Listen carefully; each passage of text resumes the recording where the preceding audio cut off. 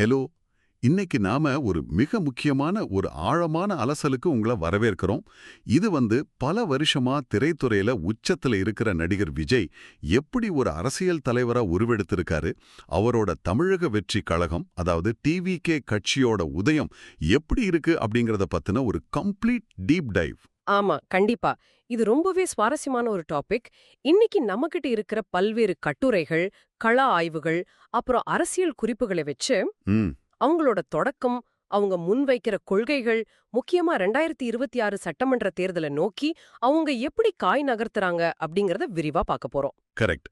ஆனா இந்த விவாதத்தை ஆரம்பிக்கிறதுக்கு முன்னாடி உங்ககிட்ட அதாவது நேயர்கள் கிட்ட நாங்க ஒன்னு தெளிவா சொல்லிக்க விரும்புறோம். ஆமா, அந்த நடுநிலைத்தன்மை ரொம்ப முக்கியம். எக்ஸாக்ட்லி. இந்த உரையாடல்ல எங்களுக்கு எந்த ஒரு அரசியல் சார்பும் கிடையாது. வலதுசாரி இடதுசாரி அப்படின்னு எந்த முத்திரையும் இல்லாம நம்மகிட்ட இருக்கிற தரவுகளை மட்டுமே வச்ச ஒரு நடுநிலையான அனாலிசிஸ் தான் நாம உங்களுக்கு கொடுக்க போறோம். அதுதான், எந்த சார்பும் இல்லாம அவங்க வியூகங்களை அப்படியே புரிஞ்சுக்க போறோம். சரி, ரொம்ப நேரம் கடத்தாம இத விரிவாக பார்ப்போம். எனக்கு இந்த என்டையர் ப்ராசஸ பார்க்கும்போது ஒரு விஷயம் தோணுச்சு. சொல்லுங்க, என்ன தோணுச்சு? அதாவது ஒரு அரசியல் கட்சிங்கிறது ஒரே ராத்திரியில உருவாகிடாது இல்லையா?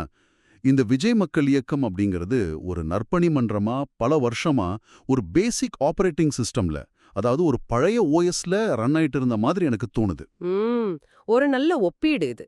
ஆனா பாத்தீங்கன்னா பிப்ரவரி 2024ல கட்சியின் பேரை அதிகாரப்பூர்வமா அறிவிச்ச அந்த தருணம் ஒரு பெரிய சாஃப்ட்வேர் அப்டேட் மாதிரி இருக்கு. சாஃப்ட்வேர் அப்டேட்டா? ஆமா. வெறும் ரசிகர் மன்றம்ங்கிற பேசிக் ஓஎஸ்ல இருந்து ஒரு மாபெரும் அரசியல் கட்டமைப்பு அப்படிங்கிற ஒரு காம்ப்ளெக்ஸான அட்வான்ஸ்ட் ஓஎஸ்க்கு அவங்க சிஸ்டம் அப்டேட் ஆனது போல எனக்கு ஃபீல் ஆகுது. நிஜமாவே இது ஒரு தற்செயலான நிகழ்வு கிடையாது. நீங்க சொல்ற அந்த அப்டேட் பின்னடியில ரொம்ப வருஷமா ஒரு திட்டமிடப்பட்ட அரசியல் பரிணாம வளர்ச்சி இருக்கு. ஓ, அப்படியா? ஆமா. ஒரு படம் ரிலீஸ் ஆகும்போது பேனர் கட்டுறதும், ஒரு எலெக்ஷன் பூத்ல நின்னு ஓட்டு கேட்கறதும் ரொம்ப வித்தியாசமான வேலைகள் இல்லையா? கண்டிப்பா. ரெண்டுக்கும் சம்பந்தமே இல்லையே. அதுதான். அவங்க பல வருஷமா ரத்த தானம் பண்றது, விலையிலியா உணவு கொடுக்கறது, அப்புறம் மழை வெள்ள காலத்துல மீட்பு பணிகள் செய்யறதுன்னு ம் அந்த ரசிகர்களை படிப்படியா ஒரு சமூக ஆர்வலர்களா மாத்திருக்காங்க. நம்ம தரவுகள்ல பாத்தீங்கன்னா உள்ளாட்சி தேர்தல்கள்ல சில இடங்கள்ல அவங்க சுயேட்சையா நின்னு ஜெயிச்சிருக்காங்க. ஆமா ஆமா, நானும் அதை படிச்சேன். அதாவது அந்த உள்ளாட்சி தேர்தல் வெற்றிகள் தான் இந்த அட்வான்ஸ்ட் ஓஎஸ்க்கான ஒரு பீட்டா டெஸ்டிங் மாதிரி நடந்திருக்குன்னு சொல்றீங்க. எக்ஸாக்ட்லி. அந்த பீட்டா டெஸ்டிங் மூலமா தான் ஒரு தலைவன் மேல இருக்கிற வெறும் விசுவாசத்தை தாண்டி களத்துல மக்களோட பிரச்சனைகளை எப்படி அணுகணும்னு அவங்க கத்துக்கிட்டாங்க. வாவ்! இது கீழிருந்து மேலாக கட்டமைக்கப்படும் ஒரு பரிணாம வளர்ச்சின்னு சொல்லலாம். ஆமா, இது ஒரு திடீர் அறிவிப்பு கிடையாது. ஒரு இன்ஸ்டிடியூஷனலைசேஷன், அதாவது அமைப்பு ரீதியான உருவாக்கம். ஓகே, அமைப்பு ரெடி ஆயிடுச்சு. இப்போ இந்த அமைப்பு எதை நோக்கி பயணிக்க போகுது? ஒரு கட்சிக்கு கொள்கை ரொம்ப முக்கியம். மிக முக்கியம். இவங்க பிறப்புக்கும் எல்லா உயிர்க்கும் அப்படிங்கிற ஒரு திருக்குறள் தத்துவத்தை அடிப்படை கொள்கையா முன்வைக்கிறாங்க. அது மட்டுமல்லாம மத சார்பின்மை அப்புறம் தமிழ் அடையாளம் இந்த ரெண்டையும் சமன்படுத்தி பேசுறாங்க. ஆனா இங்கதான் எனக்கு ஒரு பெரிய கேள்வி வருது. மதச்சார்பின்மைங்கிறது ஒரு தேசிய அளவிலான பார்வை, தமிழ் அடையாளங்கிறது ஒரு மாநில அளவிலான சென்டிமெண்ட். கரெக்ட். இந்த ரெண்டையும் ஒரே நேரத்துல பேலன்ஸ் பண்ண ட்ரை பண்றது என்ன சொல்றது, ஒரு கத்தி மேல நடக்கிற மாதிரி ஒரு சவாலான விஷயம் இல்லையா? இங்கதான் விஷயம் ரொம்ப சுவாரஸ்யமா மாறுது. மேலோட்டமா பார்க்கும்போது இது ரெண்டு படகுல கால் வைக்கிற மாதிரி தெரியலாம். ஆனா அந்த பிறப்போக்கும் எல்லா உயிர்க்கும் தத்துவம் இருக்கு பாத்தீங்களா? ஆமா. அதுதான் அவங்களோட ட்ரம்ப் கார்டு. திருக்குறள் எந்த ஒரு மதத்துக்கும் சாதிக்கும் சொந்தமானது கிடையாது. அது தமிழர்களோட பொதுமறை.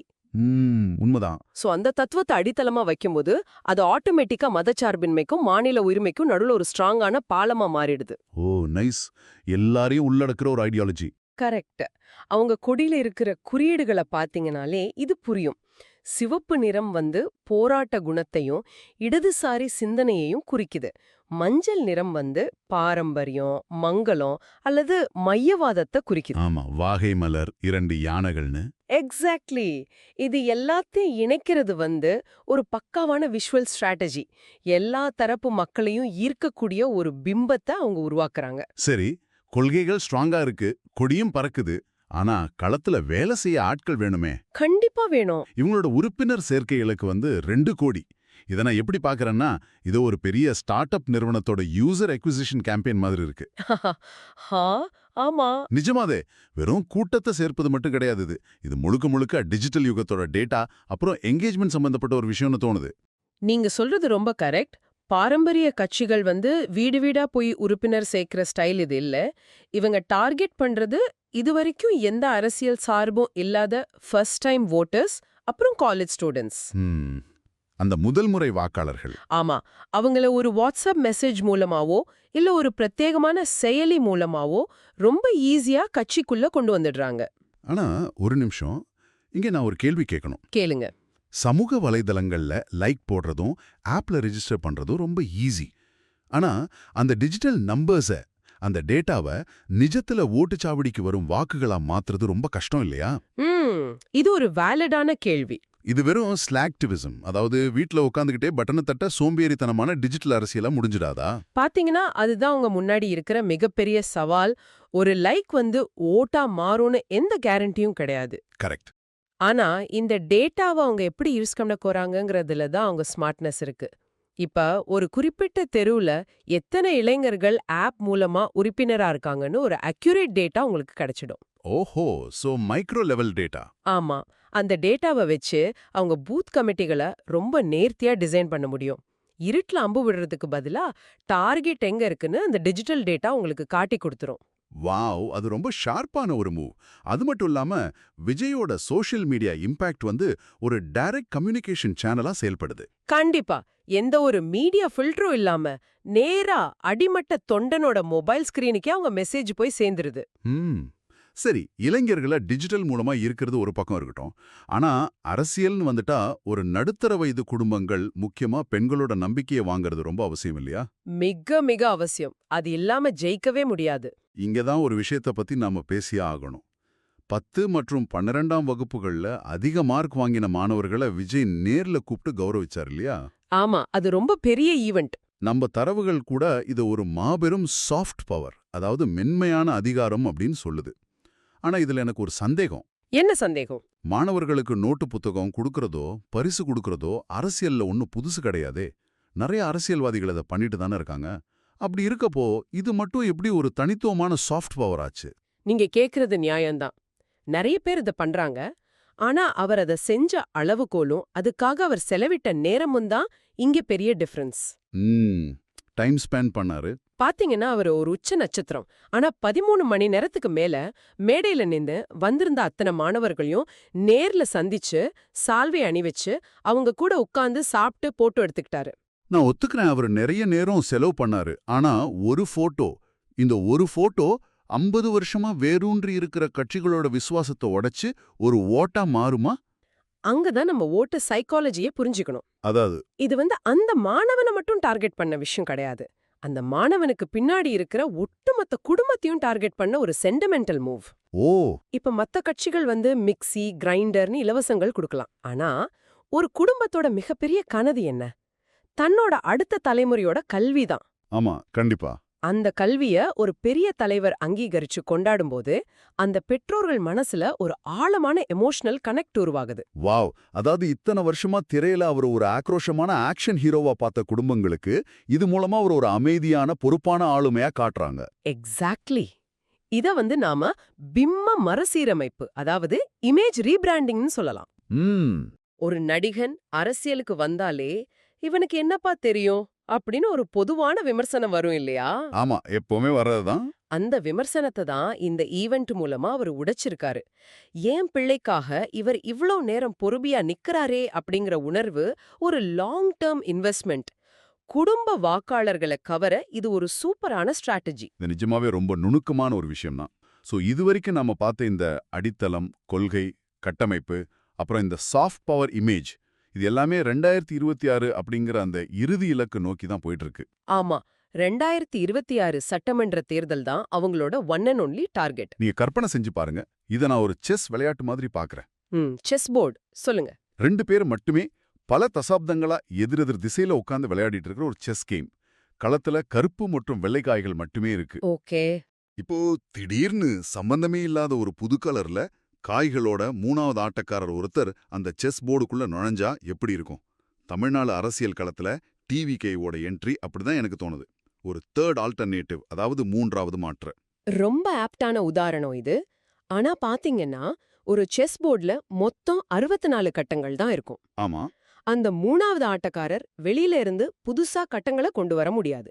அவர் அந்த போர்டுல இருக்கிற கட்டங்கள தான் ஆக்கிரமிக்க முடியும். கரெக்ட். அப்படி பார்த்தா, இப்போ விளையாடிட்டு இருக்கிற அந்த 2 பேரோட கட்டங்கள்ல எதை இவர் கைப்பற்ற போறாரு அப்படிங்கிறது தான் இன்னைக்கு தமிழ்நாட்டு அரசியல்ல இருக்கிற மில்லியன் டாலர் கேள்வி. ஆனா இரு பெரும் திராவிட கட்சிகள் ரொம்ப ஸ்ட்ராங்கா இருக்கிற இந்த களத்துல 3வது மாற்று அப்படின்னு சொல்லி பாஸ்ட்ல நிறைய பேர் பெரிய இம்பாக்ட் கொடுக்க முடியாம போயிருக்காங்களே, அந்த ஹிஸ்டரியை இவங்க எப்படி ஃபேஸ் பண்ணுவாங்க? பழைய 3வது மாற்று சக்திகள் எல்லாம் பாத்தீங்கன்னா, பெரும்பாலும் கடுமையான விமர்சன அரசியலை தான் கையில எடுத்தாங்க. ஆனா டிவிகேவோட அப்ரோச் ரொம்ப வித்தியாசமா இருக்கு. எப்படி சொல்றீங்க?